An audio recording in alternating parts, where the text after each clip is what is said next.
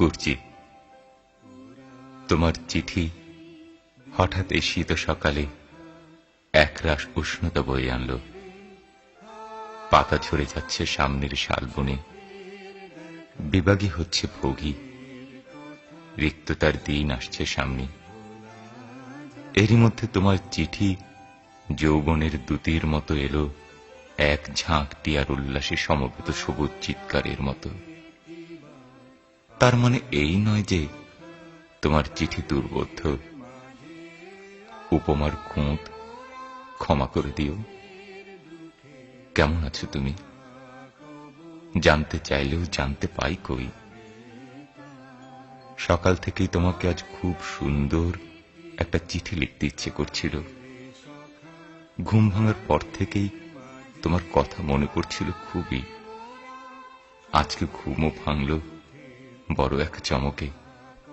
একজোড়া পাখির ডাকে ঘুম ভাঙল। যে পাখিদের ডাক বড় একটা শুনিনি এদিকে।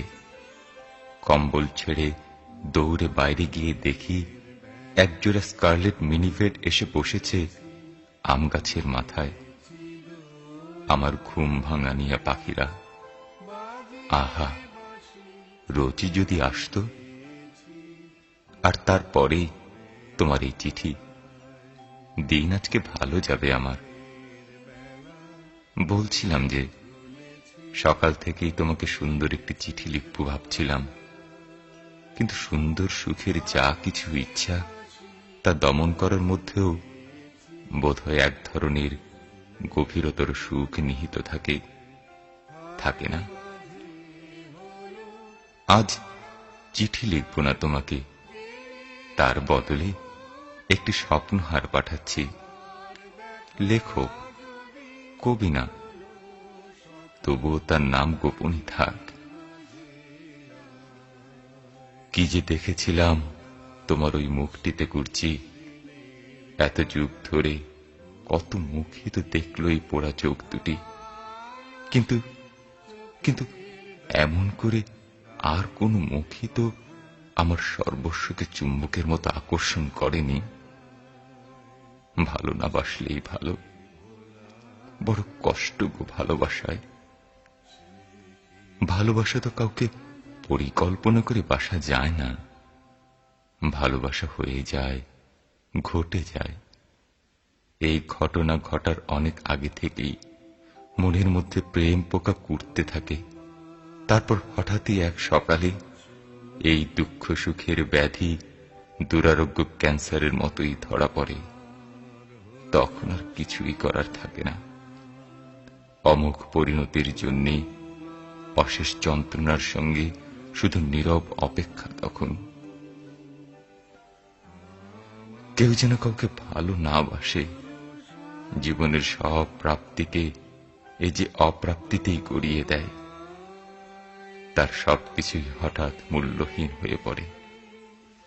হুঁশ থাকলে এমন মূর্খামি কেউ কি করে বলো? সেজন্য বোধহয় হুঁশের মানুষদের কপালে ভালোবাসা জোটে না। যারা হারাবার ভয় করে না কিছুতেই, একমাত্র তারাই ভালোবেসে সব হারাতে পারে। অথবা অন্য দিক দিয়ে দেখলে মনে হয় যা কিছুই সে পেয়েছিল বা তার ছিল, সেই সমস্ত কিছুকেই অর্থবাহী করে তোলে ভালোবাসা। যে ভালোবাসেনি তার জীবন বৃথা। তবু বড় কষ্ট ভালোবাসায়। এমন মহাবোধ আর কি আছে? স্বপ্নহার তোমাকে পাঠাই।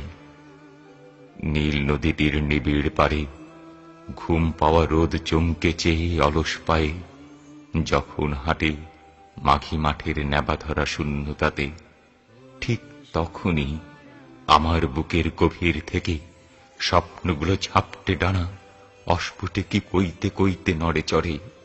স্বপ্ন ওড়ে, স্বপ্নে দেখি নীরের পাখি আসছে নীরে, অনেক পাহাড় মাঠ পেরিয়ে ভালোবাসা ঠোঁটে করে আসছে ফিরে। পাখি আমার, নীরের পাখি। স্বপ্নগুলো খুব ভীতু হয়, আমার স্বপ্ন, সবার স্বপ্ন। তবু আমি স্বপ্ন দেখি, রূপের রাজা, গুণের গুণীন, মুঠির মাঝে মুক্ত মলিন, সব পাখিদের মুগ্ধ করা মন্ত্র নিয়ে আসবো ফিরে বারে বারে। আমার কিছু স্বপ্ন ছিল, স্বপ্ন দিয়ে মালা গাঁথি, স্বপ্নমালা। ছিপছিপে সেই মেয়ে, ছিপছিপে সে, শ্যামলা বরণ, পেঁয়াজ খসি শাড়ি, তার স্বপন পুরে বাড়ি, আমার সঙ্গে আড়ি। স্বপ্নে দেখা নারী, পেঁয়াজ খসি শাড়ির আঁচল, ঠোঁটের কোণে তিল, স্বপ্নমালায় গেথে গেল হরিণ চিতাচিল। স্বপ্নে আমি ভেবেছিলাম অনেক কিছুই, ভেবেছিলাম এটা করব, সেটা করব, বাড়ি করব পাহাড় চূড়ায় স্বপ্ন এবং সুখের গুঁটো দিয়ে। পায়ের কাছে বইবে নদী, নারীর মতো, সাধের নারী, বাধ্যতার নাব্যতাতে নীল। স্বপ্ন ওরে, স্বপ্ন ওরে, বারে বারে।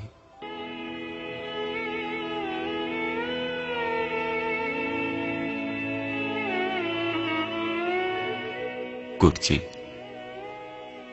দেখি কি করতে পারি তোমার সঙ্গে বেড়াতে যাওয়ার। ইচ্ছে তো কত কিছুই করে, এ জীবনে কটি ইচ্ছে আর পূর্ণ হলো বলো? কারই বা হয়? এমনিতে আমার অনেক কষ্ট, এমন করে ডাক পাঠিয়ে কষ্ট আর বাড়িও না। একা একা মজা করতেও বিবেকে লাগে। যার বিবেক বেঁচে থাকে তার সুখ মরে যায়। সুখী হবার সহজ উপায় বিবেকহীন হওয়া।